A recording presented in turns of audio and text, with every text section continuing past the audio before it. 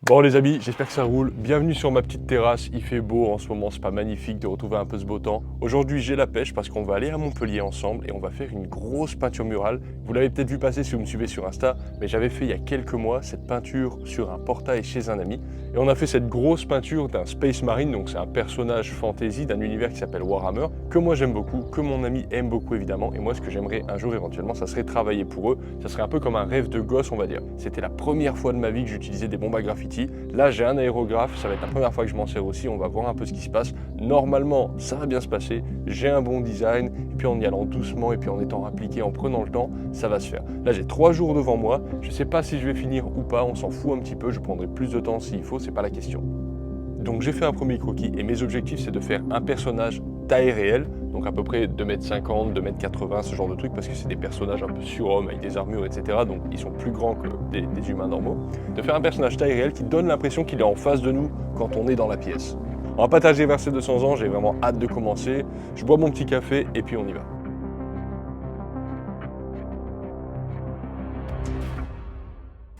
Bon, voilà un peu ce qui se passe quand on rentre par l'escalier une fois que le dessin est fait. Donc le dessin, il fait à peu près 2,80 m, je ne vais pas mesurer, mais au pif, ça fait un peu ça, à peu près 2,80 m de haut, sur à peu près 1,20 m de large. Il y a eu pas mal de changements. Initialement, je voulais faire ce dessin, c'est un personnage en armure Terminator, pour ceux à qui ça parlera. Et en fait, il se trouve que ça m'a pas plu une fois projeté, j'ai pas aimé le dessin. Donc ce que j'ai fait, c'est que j'ai pris une image du jeu Space Marine 2, dans lequel il y a de très belles vues de ces guerriers en armure avec de bonnes définitions, etc. Et ensuite, cette image, je l'ai modifiée pour lui apporter un petit peu un petit peu ma propre esthétique, voilà, donc j'ai rajouté un tabard, j'ai rajouté quelques logos, etc. d'un certain chapitre qui s'appelle les Black Templars que j'aime bien. J'ai rajouté une épée aussi, une épée avec des éclairs autour, donc voilà, je trouvais que c'était plutôt sympa. Donc pour faire court, j'ai utilisé un soldat déjà existant, je l'ai modifié à ma sauce sur le coup, voilà, et ensuite j'ai projeté, de sorte à pouvoir aller rapidement dans la partie de la peinture. Et c'est là que j'ai commencé à avoir déjà des imprévus. En fait, la première matinée, ça a été vraiment une galère, parce que j'ai eu ce problème du design qui finalement n'allait pas. Et ensuite, moi, ce que je voulais faire, c'était utiliser beaucoup de scotch. Donc, ce que j'avais fait quand j'avais fait le portail, c'est que j'avais tout fait à la bombe graffiti quasiment, à part quelques petits détails au pinceau, mais c'est quasiment que de la bombe de graffiti. Et j'avais utilisé beaucoup de scotch pour faire des masquages. C'était extrêmement pratique, mais il y avait beaucoup de travail de scotch. Et là, je voulais faire un petit peu la même chose. Le problème, c'est que ces scotch-là, ce que ça implique, c'est de pouvoir ensuite découper au cutter, une fois qu'on a mis le scotch, de sorte à vraiment avoir des formes nickel, pour que quand ensuite on passe au spray, en fait, ça agisse comme un pochoir, en fait, si vous voulez. Et le problème, c'est que là, j'étais pas sur un portail en métal, j'étais pas sur un mur en béton, j'étais sur de la peinture, qui était, il se trouve en l'occurrence, pas très résistante en plus, et résultat des courses, ça épluchait la peinture quand j'enlevais le scotch après. Donc je me suis retrouvé un peu dans la sauce, en me disant, là ça va pas du tout, qu'est-ce que je vais faire pour pouvoir faire cette peinture, quoi. Parce que moi je voulais vraiment faire ça à la bombe et à l'aérographe, et sans pochoir, c'était trop compliqué. Donc j'ai quand même essayé d'aller doucement avec le cutter, etc. Mais ça marchait pas, le cutter ça coupe fort, et puis bon, c'était trop compliqué. Donc finalement, j'ai complètement changé mon fusil d'épaule, et j'ai tout fait au pinceau. Voilà, tout a été fait au pinceau, sauf un tout petit peu d'aérographe sur la fin pour les éclairs. Et finalement, c'était pas plus mal, déjà parce que moi, le pinceau, peinture pinceau, c'est mon arme de prédilection, donc forcément, j'ai beaucoup plus d'expérience. Donc au final, j'en ai fait mon affaire, et ça, c'est un truc que moi, j'aime à titre personnel, hein, c'est l'improvisation. Donc bref, je suis allé au magasin d'art, j'ai acheté de quoi peindre au pinceau, et j'ai acheté plusieurs petits outils que je connaissais pas, et j'ai acheté notamment des petits rouleaux en mousse, et je me suis dit, ça peut être pas mal pour couvrir du terrain, et puis appliquer en fait de la peinture transparente sur des grosses surfaces, voire même faire des dégradés. Je me suis jamais servi de ce truc-là, mais je l'ai bien senti, puisque tout faire au pinceau littéralement, c'est quand même assez long, et c'est vrai qu'un rouleau, voilà, c'est pas pour rien qu'on peint des murs avec des rouleaux et pas avec des pinceaux. D'abord c'est homogène, et c'est beaucoup plus rapide évidemment. Donc ça c'est top. Et pour la peinture en elle-même, j'ai tout fait avec la peinture Golden Open. Donc pour ceux qui ne connaissent pas la peinture Golden Open, c'est de la marque Golden, hein, comme c'est écrit dans le titre. Et la Open particulièrement, c'est une peinture à séchage lent. C'est de la peinture acrylique à séchage lent. Donc quand on dit séchage lent, on est loin de la peinture à l'huile, d'accord? Ça sèche une fois appliqué sur le support, ça va sécher en quelques minutes, éventuellement quelques dizaines de minutes si on met vraiment beaucoup de matière, mais voilà, on n'est pas du tout sur de la peinture à l'huile où on peut faire un fondu pendant 5 heures, voire 2 jours. Non, non, pas du tout. Par contre, ça permet quand même de faire un petit peu des fondus dans le gras, ça permet à la peinture qui est sur la palette de rester fraîche pour le coup très longtemps, et franchement, ça apporte un confort de jeu qui est vraiment génial. Évidemment, c'est une peinture un peu plus chère que la peinture moyenne, on va dire, mais pour un mec comme moi qui fait de la peinture à l'huile, la peinture acrylique basique, entre guillemets, c'est vraiment insupportable, ça sèche tout le temps, les mélanges ils sèchent, ça me saoule. Donc dans un premier temps, je me suis dit, je vais peindre vraiment zone par zone, et je vais finir une zone avant de passer à la suivante, et quand je fais ça en général, c'est un truc qui me vient de mon métier de tatoueur, je commence par le plus foncé. Là, il se trouve que je fais une peinture que en noir et blanc, donc je veux qu'il y ait du noir pur à beaucoup d'endroits. C'est une peinture où il y a beaucoup de noir pur. C'est pas ce que je ferais dans mes pratiques de peinture à l'huile plus classiques, avec mes statues plus classiques ou des paysages et tout, bien entendu, parce qu'il n'y a pas de noir pur dans ces peintures-là. Mais là, en l'occurrence, c'était ça l'idée. Donc j'ai commencé par badigeonner un petit peu de noir pur à certains endroits de la tête, et après je me suis dit ça va pas si je fais ça, j'en ai pour trop longtemps, parce que je vais devoir littéralement peindre chaque centimètre carré avec la bonne valeur, et ça va être trop long. Donc à ce moment-là, un bon réflexe, c'est que j'ai pris les petits rouleaux en mousse, et puis j'ai tout simplement passé tout le personnage en gris. Donc le gris, en fait, c'était tout simplement du noir, pur, légèrement dilué, qui a été passé finalement en transparence, quoi. Donc vous voyez, au début, je passe du noir pur, ensuite je change d'avis, je passe du gris avec un pinceau pour faire des tentatives, ensuite je viens avec le rouleau, et effectivement, il y a parfois un petit peu des changements dans ma direction artistique, surtout au début d'une œuvre, et ça c'est un truc, il ne faut pas en avoir peur. Au début, il faut être un petit peu déterminé, il faut y aller, effectivement, il y a toujours, enfin pour moi en tout cas, quand je peins très souvent en début de peinture, il y a une étape de test, de doute, où on essaie de trouver un petit peu son chemin. Et cette étape-là, elle est un peu cruciale parce que c'est là où il ne faut pas abandonner, c'est une étape un peu pénible, on n'est pas encore dedans, on n'est pas dans le flow, on n'a pas encore trouvé son rythme, on a vite tendance à se dire « purée mais c'est nul, purée je vais pas y arriver ». Bon voilà, il y a tout un tas d'excuses à la noix qu'on peut trouver dans notre cerveau pour finalement rien foutre et aller glander sur le canapé à la place de travailler. Donc ça c'est un peu l'étape un peu relou, mais il faut le savoir, et il faut se dire ben non, on va trouver la solution, on va continuer à persévérer, on va trouver la solution. Et à un moment donné, où une fois qu'on a commencé à trouver un petit peu la réponse à nos problèmes, ben, ça va beaucoup mieux. Et ça m'a permis aussi de découvrir la peinture au rouleau en mousse. Ça, franchement, c'est vraiment génial. Donc je me casse pas la tête à faire des dégradés, à essayer de trouver un peu les angles, etc. Pour le moment, c'est pas la raison pour laquelle je fais ça. Je passe juste du gris partout. Donc vous voyez, c'est pas mal, c'est pas super homogène, j'ai eu un peu du mal à faire un gris très homogène, ça sèche très vite, hein. Malheureusement, voilà, même si c'est de la peinture à l'huile qui sèche lentement, de la peinture acrylique, pardon, qui sèche lentement, ça sèche quand même très vite. Et ensuite, avec un plus petit rouleau, donc il est plus petit, donc il applique moins de force, donc il est plus dense dans les noirs, j'ai commencé pour le coup à noter en fait tous mes noirs les plus foncés. Donc là, mon but, c'était de partir du noir et de faire tous les noirs les plus foncés avec les transitions que ça implique. Donc quand il y a des... Ça c'est extrêmement important, hein, c'est quand on a des contrastes qui vont être nets, par exemple contre les polières, là c'est très net, c'est très important, il y a un changement de plan dans la perspective, il y a carrément un autre objet, il y a un objet qui est plus à la lumière que l'autre, donc ça c'est très important de le faire net. Et à contrario, quand on va avoir des dégradés vraiment très doux, par exemple sur toute la partie ronde de l'armure, on va avoir effectivement quelque chose de très noir qui part des aisselles et qui petit à petit, au fur et à mesure qu'on va sur le devant de l'armure, devient en fait plus blanc, mais dans un dégradé qui est souple, et ce dégradé souple, il indique quoi? Il indique une forme ronde, parce que cette armure, elle est ronde, en fait, c'est comme ça, quoi, la forme fondamentale de l'armure. Et donc ça, c'est extrêmement important de l'observer. Ça veut dire que là, je pars du noir pur, et j'essaye de focaliser mon attention en mettant la priorité dans mon esprit sur la qualité des dégradés. Est-ce que la transition entre le foncé et le clair va être nette? Est-ce qu'elle va être floue? Est-ce qu'elle va être vraiment très lisse? Ce genre de choses. Très douce, on va dire, ce genre de choses. Ça, c'est vraiment le truc le plus important qui va faire la différence entre un artiste, on va dire, qui a un niveau de rendu, je parle vraiment du rendu là, hein, pas du croquis, mais qui a un niveau dans le rendu qui va être, on va dire, un peu intermédiaire ou débutant, et quelqu'un qui va être vraiment dans un rendu très avancé, parce qu'on va avoir effectivement à chaque fois des transitions qui vont être justes, et c'est la justesse de ces transitions qui vont donner les informations de volume et de 3D, etc. Donc ça, c'est ultra important de le maîtriser. Quand vous faites une transition d'une valeur à une autre, ou d'une couleur à une autre, ou peu importe, demandez-vous si c'est net, plutôt flou, plutôt très flou, et si vous voyez que c'est net, vous vous rapprochez, est-ce que c'est vraiment très net, est-ce que c'est un peu net, voilà. Ça c'est la clé, la clé du succès pour les formes d'art, surtout les formes d'art réalistes en l'occurrence. Et là à ce stade, encore une fois, je fais juste que du noir, donc j'utilise du rouleau, du pinceau, etc. Là vous avez l'impression sur la vidéo que le noir il est ultra dense, et il est quand même bien dense, mais on voit encore le dessin transparaître, ce qui va me permettre ensuite de venir peaufiner au besoin, quoi. Là, vous voyez maintenant qu'il y a un peu plus de dégradés qui sont faits ici et là, vous pouvez commencer à observer la qualité des dégradés. Est-ce que c'est doux? Est-ce que c'est net? Est-ce que c'est très net? Est-ce que c'est un peu flou? Vous voyez que c'est ça qui donne la qualité du rendu. Pourquoi est-ce que vous commencez à voir apparaître les formes et que vous arrivez à les lire instinctivement comme étant les bonnes? Ben c'est quasiment que grâce à ça. C'est les valeurs et la qualité des contrastes et des dégradés entre les valeurs. Bref, là, mon idée, c'était de me faire un petit peu la main, de comprendre un petit peu l'outil, et je voulais ensuite commencer de haut en bas. Déjà pour faire la tête d'abord, parce qu'en général, en début de peinture, enfin pour moi en tout cas, j'ai plus la niaque, j'ai un peu plus mon niveau de concentration est bon, mon cerveau il est encore plein de sucre.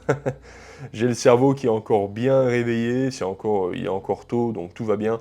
Donc en général, j'essaie de faire les parties les plus dures et les plus importantes plutôt en début de session, et de garder les trucs un peu plus simples, moins importants pour plus tard, parce qu'effectivement, si le pied gauche il est moins bien fini, c'est moins important. Et aussi ça me permettait d'attendre un peu avant de faire la tête pour voilà, expérimenter un peu le rouleau, pour apprivoiser, expérimenter un petit peu mon nouveau médium. Donc là c'est parti, on retourne sur la tête, donc évidemment ma base de grille elle est sèche depuis super longtemps, hein, parce que mine de rien ça m'a pris quand même pas mal de temps de faire le reste. On va prendre un peu de rouleau, mais finalement pas trop, je vais vite aller au pinceau. Au début, je voulais foncer beaucoup plus pour ensuite faire ressortir les lumières, mais il se trouve qu'avec cette peinture, je l'avais déjà expérimenté, le blanc est pas opaque. C'est un blanc transparent, malheureusement, ils ont pas de... Dans cette gamme de Golden Open, ils n'ont pas un blanc vraiment opaque, et de toute façon, j'ai jamais vu, à titre personnel, une peinture acrylique aussi opaque qu'un blanc de titane à l'huile. Voilà. J'ai juste jamais vu ça, ça existe peut-être. Bon, pour le moment, j'ai pas trouvé. En tout cas, c'est la raison pour laquelle je vais essayer de pas trop foncer non plus, parce qu'après, c'est vraiment pénible de revenir du noir pour aller vers le blanc avec cette peinture, parce qu'il faut passer beaucoup de couches, c'est jamais... et ça reste transparent, en fait, donc c'est vraiment très compliqué. Donc finalement, j'en ai pas trop fait comme ça au rouleau pour éviter de trop en badigeonner partout et puis commencer à rentrer un petit peu directement dans le bon dessin, dans le bon détail. Je vais utiliser un pinceau plat, c'est un pinceau de marque Raphaël, c'est vraiment d'excellents pinceaux. C'est pas des pinceaux très chers, c'est du synthétique, c'est plat, c'est des pinceaux extrêmement précis. C'est vrai qu'avec le temps, moi j'utilise beaucoup de pinceaux plats. Alors pas que, hein, ça dépend ce qu'on peint bien sûr, mais quand on fait des choses précises, un peu architecturales, un peu anguleuses, voilà, le pinceau plat, c'est vraiment super. Et là de nouveau, je vais faire un petit peu comme j'ai fait tout à l'heure, c'est-à-dire commencer par les noirs en étant attentif aux qualités des dégradés. Donc un truc que j'ai beaucoup fait, c'est placer du noir pur, et ensuite avec le médium à peindre de chez Golden Open, qui est donc finalement la suite logique hein, pour diluer cette peinture-là, je dilue, et en fait je fais un dégradé grâce au médium du noir pur vers le plus clair. En fait c'est vrai que c'est pratique. Ça évite de faire un brossage trop à sec et d'avoir quelque chose de trop texturé. On peut faire un dégradé avec du brossage à sec, mais voilà, ça fait beaucoup de texture, donc ça après c'est un choix. Là, on ne se rend pas forcément compte parce que malheureusement, il y avait des lampes juste au-dessus de moi. Effectivement, avec l'angle, ça prend des reflets. Mais en fait, la peinture que j'utilise là, elle est quand même vraiment très foncée. On est sur du noir pur, appliqué avec plus ou moins d'intensité. Quand j'étale beaucoup, effectivement, ça se dilue un petit peu. Parfois, j'ai du médium avec moi pour faire des dégradés. Donc, c'est pas toujours noir, mais quand même, c'est très foncé, beaucoup plus foncé que la vidéo ne le laisse paraître. Donc vous voyez, si vous voulez, là dans ma tête, j'essaye de mettre tous les foncés là où ils doivent être. On va dire que tout ce qui est noir pur et tout ce qui est, on va dire, à 80% foncé, donc des trucs très foncés, mais voilà, ça reste gris, mais très foncé, je vais les marquer le plus vite possible, en fait. Ça va être ma priorité. Et ensuite, je vais venir avec du blanc pour venir faire l'autre partie, c'est-à-dire la partie plus claire. Et normalement, si j'ai bien calculé mon coup, toutes les parties intermédiaires, c'est-à-dire entre les zones qui sont peintes en blanc et entre les zones qui sont peintes vraiment en noir, on va avoir donc des zones de transition qui elles vont être entre les deux, donc plus grises finalement, et bien normalement là c'est ma sous-couche qui prend le relais, et c'est pour ça qu'on fait une sous-couche, ça permet d'économiser beaucoup de temps, parce que finalement j'ai pas à peindre tous les centimètres carrés littéralement. Donc un autre truc qui est vraiment très important, vous allez voir ce concept se développer, gardez-le en tête tout au long de la peinture, puis ensuite vous quand vous peindrez bien sûr c'est un truc très important. Globalement c'est dans l'ombre, c'est l'ambiance, dans la lumière, c'est le détail. Sur cette peinture en particulier, il n'y a pas une séparation très nette entre l'ombre et la lumière, on est plutôt sur une lumière diffuse, mais on a une séparation quand même assez nette entre des valeurs plutôt claires et des valeurs plutôt foncées. Tout ce qui va être très foncé, globalement on va voir moins de choses. Si c'est foncé, c'est qu'il y a moins de lumière qui nous vient dans la tête, donc on voit moins de détails. Et on va voir plutôt les détails dans les zones plutôt éclairées. Tout simplement, ça paraît idiot, mais en fait, il faut le concevoir, il faut le mentaliser, il faut le comprendre pour pouvoir le mettre en application. Et là, si je me rapproche un peu, vous pouvez le voir normalement quand même assez bien. Parce qu'effectivement, il y aura voilà, des petits détails de clair contre du foncé qui va être plutôt atmosphérique avec moins de détails dedans. Mon protocole est simple, au début je mets du noir pur, ensuite je mets un peu l'éclair et ensuite petit à petit je fais la transition entre les deux. Je mets en fait mes deux valeurs clés, les valeurs clés c'est les valeurs les plus extrêmes, d'un côté du noir pur, d'un autre côté du blanc, et ensuite ça me permet d'avoir deux, on va dire, comment dirait-on, deux bases entre lesquelles travailler mon dégradé. Ça me donne des indications, ça me donne des limites à pas dépasser, entre guillemets. Donc c'est quand même plus facile de faire ça, surtout sur une peinture de cette taille, j'ai pas envie de passer 50 couches, vous voyez, c'est très grand, j'ai pas le droit à l'erreur, je peux pas me dire, ah ben tant pis, j'en ferai une autre, c'est sur le mur de quelqu'un. Donc c'est quand même important d'avoir un petit protocole entre guillemets, et ensuite une fois que j'ai établi un peu mes zones de clair et mes zones de foncé, je peux venir travailler, voilà, des zones de valeur, on va dire un petit peu de transition entre les deux, parfois refoncer un truc un peu clair, éclaircir un truc un peu foncé, et là pour le coup je vais pas trop y aller au rouleau, pas trop y aller au glacis, pas trop y aller en transparence, bien que ça puisse arriver, mais je vais quand même y aller souvent avec un mélange de blanc et de noir qui va être assez opaque pour aller plus vite au bon résultat directement, quoi. Donc allez, la tête c'est pas trop mal pour le moment, on verra plus tard pour la suite. De toute façon il y aura forcément deux couches sur tout, mais c'est pas deux couches pleines, ce sera une couche avec plutôt des détails et puis des corrections, on va dire. Je vais pas repeindre l'entièreté du truc deux fois, on en parlera plus tard pour la deuxième couche. En tout cas, pour le moment on va faire l'Aquila, qui est le symbole qu'il a sur les plaques pectorales. Et là, comme je disais tout à l'heure, je commençais avec le noir. Là, je vais commencer avec le blanc. Vous allez voir, au fur et à mesure de cette peinture, je vais expérimenter plusieurs approches. Parce que c'est comme ça, moi j'aime bien expérimenter des trucs, ça me permet de trouver petit à petit mon équilibre. Et puis c'est la première fois que je fais une peinture de cette taille avec cette peinture, donc effectivement pour moi c'est important d'essayer des trucs. Une autre raison pour laquelle j'ai commencé par le blanc, c'est parce que c'est très facile de mettre du noir pur. Le noir pur il est opaque, il n'y a pas de problème. Par contre c'est très difficile de faire du blanc opaque, comme je disais tout à l'heure, le blanc est transparent, il faut passer beaucoup de couches, il faut mettre de la matière, etc. Là c'est un mur, c'est pas grave s'il y a un peu de matière, mais je vais pas peindre au couteau, on est d'accord. Donc c'était aussi une des raisons pour lesquelles je préférais passer au blanc d'abord. Je vais travailler un peu les éclaircies du crâne aussi, et je trouve vraiment qu'à ce stade, en fait, ça rend vraiment déjà super bien, parce qu'en fait, ça fait des zones de foncé qui sont claires, il y a un côté très atmosphérique, un peu pas fini. Je trouve que ça rend vraiment bien. C'est pas le rendu que je voulais avoir un truc un petit peu plus incarné, on va dire, un peu moins onirique, mais en fait, j'aime bien. J'aime bien. Je pense que ça serait très très intéressant de mettre ces zones de clair comme ça et ensuite de travailler toutes ces zones de foncé de façon extrêmement progressive avec des glacis pour vraiment petit à petit faire monter les valeurs pour trouver un point d'équilibre très très subtil qu'on peut trouver notamment quand on fait beaucoup de couches de transparence ou qu'on fait du crayon, qu'on fait du dessin au crayon, on peut trouver des points d'équilibre dans les valeurs qui sont extrêmement fins. Et effectivement, pour trouver ces points d'équilibre, il ne faut pas aller trop vite et c'est la progressivité qui petit à petit nous y amène. Et c'est un processus un peu long, mais par contre qui paye énormément. C'est pour ça que j'ai toujours prôné moi l'approche progressive dans le dessin sur YouTube ou dans mes formations et tout.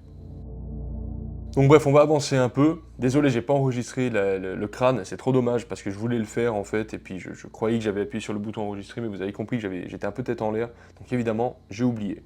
Ça me saoule à chaque fois que j'oublie d'appuyer sur le bouton enregistrer. Vous voyez, c'est exactement pour ça que je fais pas trop de vlogs ou que j'ai besoin de me laisser aller dans ma peinture aussi parfois et de pas y penser, parce qu'en fait ça ajoute du stress, parce que je dois appuyer puis j'appuie pas, parce que j'ai mal cadré, parce que j'ai cadré sur le visage et finalement j'ai fait la jambe. Vous voyez, je suis un peu tête en l'air. Bah, c'est ça les artistes, hein, comme beaucoup d'entre vous, j'en suis certain. Et ça peut générer du stress, ça peut être de l'agacement même plus que du stress en fait. Et j'ai besoin d'être serein quand je peins, j'ai besoin d'être dans mon univers, donc voilà. Donc c'est pas grave, on va tout simplement faire la suite. Et je vais peindre du coup toutes les zones foncées, donc sur le volume de l'aile qui en fait est composé du plat puis du bas. Le plat est blanc, donc ça c'est fait, et puis tu as le bas qui est effectivement plutôt foncé, quoi. Donc là ce que je vais faire c'est que je vais utiliser un gris très foncé. On n'est pas sur du noir pur, mais c'est quand même assez foncé. Le but de ne pas mettre du noir pur, c'est qu'ensuite je pourrais en mettre plutôt dans les ombres d'occlusion pour garder un petit peu ce côté lumière atmosphérique et donner quelque chose de un petit peu plus léger que s'il y avait trop de noir pur partout, même si ça reste quand même quelque chose de très contrasté. Donc là évidemment quand vous faites ce genre de truc, prenez le temps, il faut être un peu appliqué, il ne faut pas se presser. Quand on fait les choses lentement, on les fait bien, et quand on les fait bien, on n'a pas à les reprendre, donc ça va finalement plus vite, quoi. Donc appliquez-vous un maximum de façon générale, et le timing, le fait que vous puissiez peindre très rapidement ou très lentement, c'est juste quelque chose qui va venir avec le temps parce que vous appliquez. Vous faites les choses bien, c'est lent, et petit à petit votre rythme va naturellement s'accélérer sans que ce soit véritablement le but de tout ça, quoi. Donc voilà où on en est au bout de la première journée. Je suis assez content, j'ai bien bossé, il y a encore évidemment énormément de travail. Donc c'est parti, on va pas tergiverser 200 ans. Et ce que je voulais faire, vu que je voulais vraiment finir une zone avant de commencer à l'autre, j'avais pas envie de continuer vers le bas tant que j'étais pas vraiment satisfait du haut. Parce que ma crainte, c'était de tout faire à moitié bien. Et une fois que tout est fait, je me dis, oh bah c'est pas si mal, parce qu'effectivement, quand on prend 5-6 mètres de recul, c'est plutôt joli. Non, je voulais vraiment faire quelque chose de beau et d'appliqué, donc j'ai préféré reprendre avant de partir sur la partie base. Donc on va détailler un petit peu, et c'est comme ça que la seconde journée commence. Donc là, c'est nickel, on va reprendre un petit peu les détails du visage, qui est la pièce, évidemment, l'endroit le plus important, le visage, l'aquila, et voilà, il y a certains endroits clés dans une peinture, il faut vraiment s'appliquer. Et vous voyez, petit à petit qu'on avance dans la peinture, je vais du général vers le spécifique. Donc on commence par des grandes zones, on commence par des gros ombrages, et petit à petit on fait des formes moyennes, et petit à petit on fait des détails. Et c'est vraiment comme ça qu'il faut le prendre. Vous trouverez des contre-exemples de gens qui commencent par faire les détails, mais c'est de façon générale pas la solution la plus pratique et pas la plus universelle. Et vous voyez, dans cette peinture, il y aura pas mal de weathering, donc c'est des effets de matière qui donnent l'impression d'être abîmé, d'être cassé, etc. C'est un truc que moi j'aime beaucoup faire. Et là, effectivement, pour ça, ça va être des détails, hein, plutôt. Pour ça, je vais plutôt m'amuser à utiliser un pinceau qui va être pour le coup plutôt en goutte, un pinceau rond plutôt. Je trouve que pour faire des détails, c'est plus joli que le pinceau carré. Ça se discute, ça c'est vraiment les goûts et les couleurs de chacun. Mais moi j'aime bien le pinceau carré pour faire plutôt du global, du général, et ensuite plutôt le pinceau rond pour faire du détail, quoi. Si vous voulez, un jour, je ferai un cours pour faire des crevasses, des rainures comme ça, etc., pour donner un petit peu l'illusion de la perspective dans de la texture. En fait, c'est exactement la même chose que n'importe quel objet. Il y a des parties à l'ombre et des parties à la lumière. En l'occurrence, moi, ce que je fais, c'est que je fais d'abord des formes plutôt foncées, puis ensuite, je vais tout simplement appliquer un liseré de lumière du bon côté de la crevasse, donc du côté de la crevasse qui va en fait capturer le plus de lumière. Ensuite, vous pouvez peaufiner un petit peu vos valeurs, mais finalement, ça suffit à donner l'illusion d'une crevasse. Vous faites tout simplement une zone à l'ombre, une zone à la lumière, exactement comme vous l'avez appliqué sur vos formes globales, mais sur des formes plus petites et sur des volumes plus petits. Et finalement, c'est ça qui crée ce côté un petit peu trompe-l'œil, où on va quand même avoir l'impression, de façon un petit peu réaliste, qu'il y a vraiment un trou et puis des cassures dans l'objet, quoi. Là, je vais repasser certaines zones au foncé. De façon générale, rappelez-vous que foncer quelque chose, c'est assez facile, donc ça sert à rien de foncer trop vite. Moi, je vais assez vite au résultat final, mais si vous avez des doutes ou si vous savez pas trop, allez-y plus progressivement. Vous pouvez passer 2-3 couches, c'est assez simple de foncer. C'est souvent plus simple de foncer que d'éclaircir, donc attention à pas aller trop vite. Là, pour foncer ça, j'ai un pinceau à détail. Enfin, à détail compte tenu de la taille de cette peinture, disons, c'est un pinceau en forme de goutte, plus ou moins. C'est un genre de mix entre du goutte et du plat. C'est un pinceau plat biseauté, en fait. Voilà, c'est un genre de langue de chat pointue. Je sais pas comment le dire autrement. C'est un très bon pinceau. De chez Princeton Co, d'ailleurs, c'est une excellente marque. Et là, pour le coup, je vais utiliser quand même pas mal de médium. Et c'est vrai que souvent, quand on est dans les foncés, on va utiliser une pâte plutôt transparente, plutôt liquide, sans trop de matière.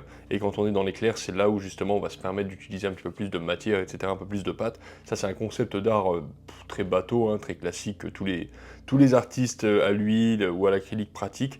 Mais effectivement, sur une murale, ça marche aussi parce que c'est des trucs universels. Maintenant, on va faire pareil sur le symbole, l'aquila central en fait, et de nouveau, on va faire du weathering. Donc de nouveau, je pars plutôt d'abord du foncé, je fais des textures. Les textures, moi je les fais au pinceau avec des milliers de petits mouvements, mais vous pouvez les faire voilà, avec une éponge, avec un chiffon, il y a plein de façons de générer de la matière et de la texture. Mais vous pouvez voir que petit à petit, ça donne vie à la matière en fait. Et pour moi, vu que c'est un univers un petit peu dark, avec un personnage qui a une armure guerrière, qui a peut-être des centaines ou des milliers d'années, c'est évident qu'il ne faut pas qu'elle soit flambant neuve. Allez, on va accélérer un petit peu tout ça pour que la vidéo fasse pas 2 heures. On va avancer et on va faire un petit peu le tabar. Alors le tabar, c'est toute la partie en tissu, c'était vraiment cool de le faire. Je suis assez content de toute cette partie. En plus, après, j'ai rajouté des petits détails et tout, c'était cool. Et dans un premier temps, on va y aller au rouleau à nouveau parce que ça fait des beaux dégradés bien doux, c'est assez facile à manipuler et j'ai beaucoup aimé. Donc on va juste prendre du noir pur et tout simplement faire des dégradés, on va dire, de base qui va nous permettre ensuite de travailler plus en détail. Vous voyez, je suis quand même assez généreux avec le foncé pour pouvoir revenir un petit peu travailler avec mes clairs après dans quelque chose qui a un petit peu de consistance, entre guillemets. En noir pur, on va faire le symbole des Black Templars qui va être sur le tabar. Et là, je vais pas me casser la tête, hein. Je vais juste prendre du noir pur, ce sera très efficace. Alors c'est à partir de là que ça va être intéressant sur le tissu, j'en suis pas satisfait à 100% parce que j'ai eu un petit peu de mal à faire vraiment des beaux dégradés avec cette peinture, des dégradés très doux comme un tissu quoi. Ça aurait été beaucoup plus facile pour moi, au moins à la peinture à l'huile. Mais là du coup avec du blanc qui va être coupé avec du médium, Je vais venir rééclaircir certaines zones pour augmenter la 3D, en fait, la perception en 3D de l'objet. Et de nouveau, c'est toujours très important de garder cette histoire de nature des contrastes en tête. Flou, net, un peu net, pas trop, voilà, il y a plein de natures de dégradés. Il y a des dégradés qui vont du très net au très flou, de façon très progressive. Voilà, il y a plein de choses possibles. Et ça, voilà, encore une fois, il faut toujours le garder en tête. Et vous voyez là, quand je passe la peinture, je couvre pas à 100% ce qu'il y avait dessous, parce que ben, voilà, c'est une peinture qui est liquide, donc très maniable, et relativement transparente, de sorte à pouvoir faire des gradés un petit peu doux. Je peux passer plusieurs couches, je suis pas pressé.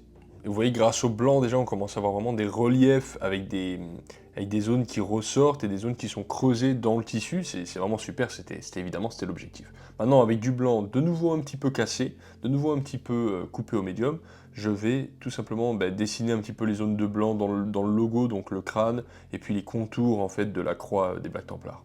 Par la suite, je vais rajouter pas mal de détails et on va mettre un petit peu des effets de tissu, etc. Donc en fait, toute cette partie du tabac, je vais pousser quand même pas mal de détails.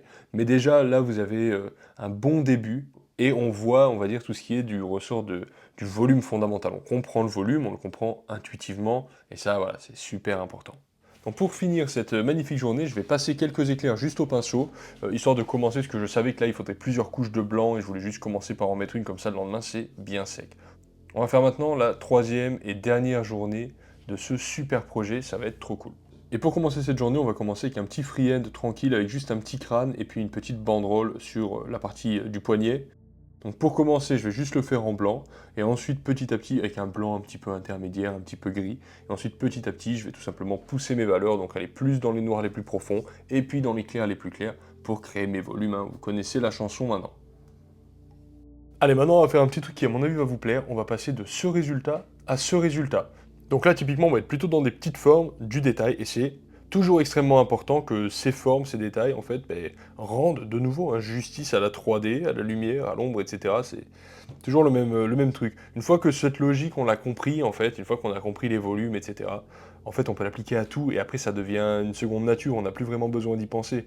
Je dirais pas que ça devient facile, et puis voilà, chacun son niveau à un instant T, moi j'ai encore des progrès à faire, hein, et je continuerai à en faire toute ma vie, mais effectivement, en tout cas, ce qui est sûr, c'est que ça se facilite grandement avec un peu de connaissances et en se concentrant un petit peu. D'ailleurs, maîtriser ce truc-là, c'est pas une histoire de peintre, c'est une histoire de dessinateur, parce que c'est grâce au dessin qu'on comprend les volumes, la peinture c'est juste une application, on va dire un petit peu par-dessus le dessin, mais la compréhension des volumes, en général, ça se fait plutôt par des exercices de dessin, et pour ça, j'ai une formation qui est un peu mon best-seller, j'en ai vendu vraiment beaucoup. Cette formation s'appelle Le Monde du Dessin, et c'est une formation qui de tête a plus de 60 vidéos, et on voit tous les fondamentaux du dessin. Chaque problème a sa résolution par vidéo, c'est des vidéos qui sont entre 10 minutes et 40 minutes, il y en a une soixantaine. On va voir la perspective, les formes abstraites, les volumes dans l'espace, on fait un peu de corps humain, etc. C'est vraiment le b.a.-ba du dessin, mais de façon quand même approfondie. Donc je vous recommande de le faire. Je donne de temps en temps des cours à des artistes qui ont des niveaux intermédiaires, voire qu'on pourrait considérer comme avancés, hein, des gens qui font des galeries, etc. Mais qui finalement ont des niveaux de dessin qui parfois peuvent être lacunaires et ça les empêche en fait d'aller plus loin. Il ne faut pas hésiter à reprendre les fondamentaux à la base pour vraiment les comprendre, vraiment les apprendre. Le dessin, c'est pas de la physique nucléaire, il n'y a pas des trucs ultra compliqués. Par contre, il y a certains aspects qui sont des aspects fondamentaux, qui sont simples à comprendre, durs à mettre en pratique, et ça prend un petit peu d'habitude. Effectivement, être bien accompagné, ça sert à quelque chose.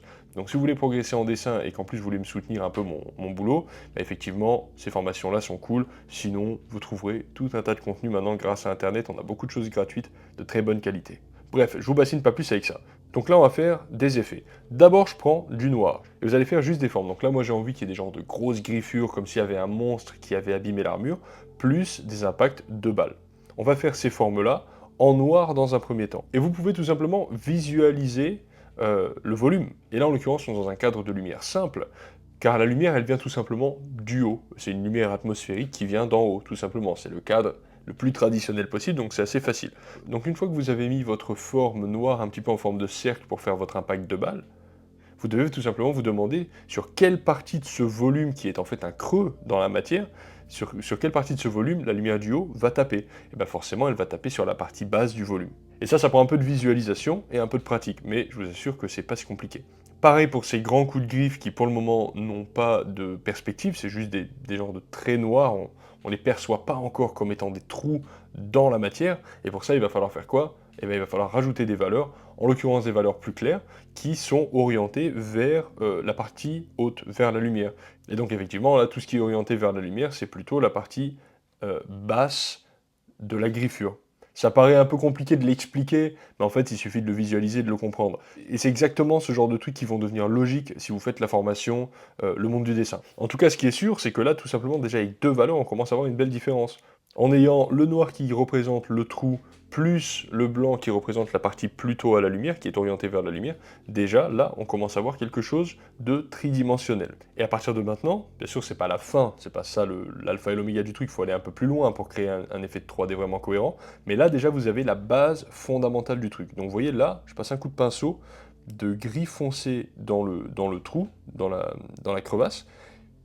Pourquoi? Parce que plus la crevasse est profonde, plus elle va être noire. Mais elle va être noire vraiment sur la fin de la crevasse, vraiment sur la profondeur de la crevasse. Donc c'est normal que la crevasse, au début de la profondeur de la crevasse, ce soit pas un noir pur. Vous voyez, c'est tout à fait logique. Donc c'est normal que là, je mette un petit peu de gris. Mais ce gris-là, il faut faire très très attention qu'il soit finalement pas si loin du noir. C'est un groupe de valeurs. On est dans un groupe de valeurs foncées. Et c'est le fait de grouper la valeur comme ça qui va vous permettre en fait instinctivement de comprendre de suite qu'il s'agit d'un volume. Et ça, c'est le problème des artistes, voilà, un peu plus intermédiaires, débutants, etc. C'est qu'ils ont du mal à grouper leurs valeurs et à comprendre que ce qui est à l'ombre est à l'ombre, ce qui est à la lumière est à la lumière, et que ces deux groupes de valeurs doivent pas, ils interagissent pas trop entre eux, vous voyez.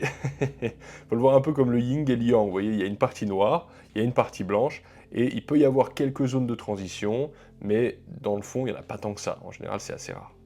Ensuite, je vais placer quelques petits détails, histoire de montrer quand même qu'il y a certains petits morceaux de métal qui ressortent un peu plus, qui sont un petit peu plus orientés. Ensuite, on rentre un peu plus dans le rendu, dans le détail. Mais fondamentalement, la base du truc, c'est placer le foncé au bon endroit, placer le clair au bon endroit, en fonction du volume et de l'éclairage. C'est l'idée, c'est plus facile à dire qu'à faire, mais en tout cas, le fait de le mentaliser, de le comprendre, et de le travailler en dessin, ça c'est très important, mais déjà ça, c'est déjà énorme. Et vous voyez, c'est ça, après, même sur les tout petits détails que je suis en train de faire là, effectivement, vous allez de nouveau avoir l'impression que c'est cohérent, instinctivement, parce que le clair est au bon endroit, l'ombre est au bon endroit, ce qui est orienté loin de la lumière va être plutôt foncé, ce qui est orienté vers la lumière va être plutôt clair. Allez les amis, là on va faire un truc qui va être vraiment cool, on va commencer l'aérographe. Donc au moment où je fais ce test, je m'en suis jamais servi. C'est un truc que j'ai acheté sur Le Bon Coin, j'ai fait une bonne petite affaire sur Le Bon Coin, donc c'est vraiment cool. J'ai acheté de la peinture Valero, c'est une peinture de modélisme qui est exprès pour l'aérographe, c'est un truc que j'ai acheté dans un magasin à Montpellier qui s'appelle Excalibur, qui est un super magasin de modélisme, il y a des jeux, il y a plein de trucs, allez-y, c'est super, Lionel le patron est super sympa, il y a différents vendeurs qui sont vraiment sympas, Romain notamment est très cool. Voilà, j'y vais souvent, j'y vais depuis que je suis gamin pour acheter des Warhammer justement, j'ai toujours aimé cet endroit, donc allez-y, faites-leur un coucou, ça leur fera plaisir. Évidemment, ça va sans dire qu'ils ne me payent pas pour dire ça, hein, c'est juste, ça me fait plaisir de les mentionner, c'est tout. En tout cas, petit test au niveau de l'aérographe, je sais pas trop, j'ai pas trop compris comment le régler, c'était un petit peu empirique. Et là, le but c'était vraiment de donner ce halo, vraiment très très doux, ce halo de lumière qu'on va avoir autour d'un arc électrique. Donc ça c'est sympa, plus on s'approche évidemment, plus ça va être très très concentré, plus on se recule, plus ça va être diffus, donc plus ça va être clair. On peut diluer l'encre de sorte à faire un spray qui va être, comment dirait-on, qui va être transparent. On peut aussi ne pas la diluer, passer plusieurs couches pour faire quelque chose d'opaque. Voilà, tout est possible. En tout cas, ce qui est sûr, c'est que ça donne un côté lumineux très très rapide, et c'est quand même assez facile. Après, bien sûr, l'aérographe c'est un art complexe, j'en ai bien conscience, mais pour moi, là, pour ce que j'en ai eu à faire, c'était quand même plutôt facile. En tout cas, c'était beaucoup plus facile de faire cet aspect lumineux à l'aérographe que de le faire avec un pinceau. On est d'accord. En tout cas, c'est sympa, c'est la cerise un petit peu sur le gâteau, cette partie à l'aérographe, parce que voilà, j'en avais jamais fait, c'était cool, je pensais que j'allais m'en servir beaucoup plus, puis finalement, le pinceau a fait son job, c'était top. Et voilà, au final, la peinture, elle est comme ça. J'espère que je vais en faire d'autres, j'espère que je vais faire d'autres peintures murales. C'est vraiment un truc que j'ai beaucoup aimé faire. En plus, dans cet univers Heroic Fantasy, que ce soit ça, Donjons et Dragons, après il y a plein d'autres univers parallèles, même le Seigneur des Anneaux, etc. C'est des trucs que j'aime beaucoup et j'aimerais beaucoup faire plus de peintures murales dans ce style pour aussi, ben voilà, ça fait du bien, se laisser aller, de faire ce genre de trucs et tout. C'est très créatif, c'est très agréable à faire. Il y a beaucoup de place pour l'imagination et c'est vraiment extrêmement rafraîchissant de faire ça. J'espère que la peinture vous plaît.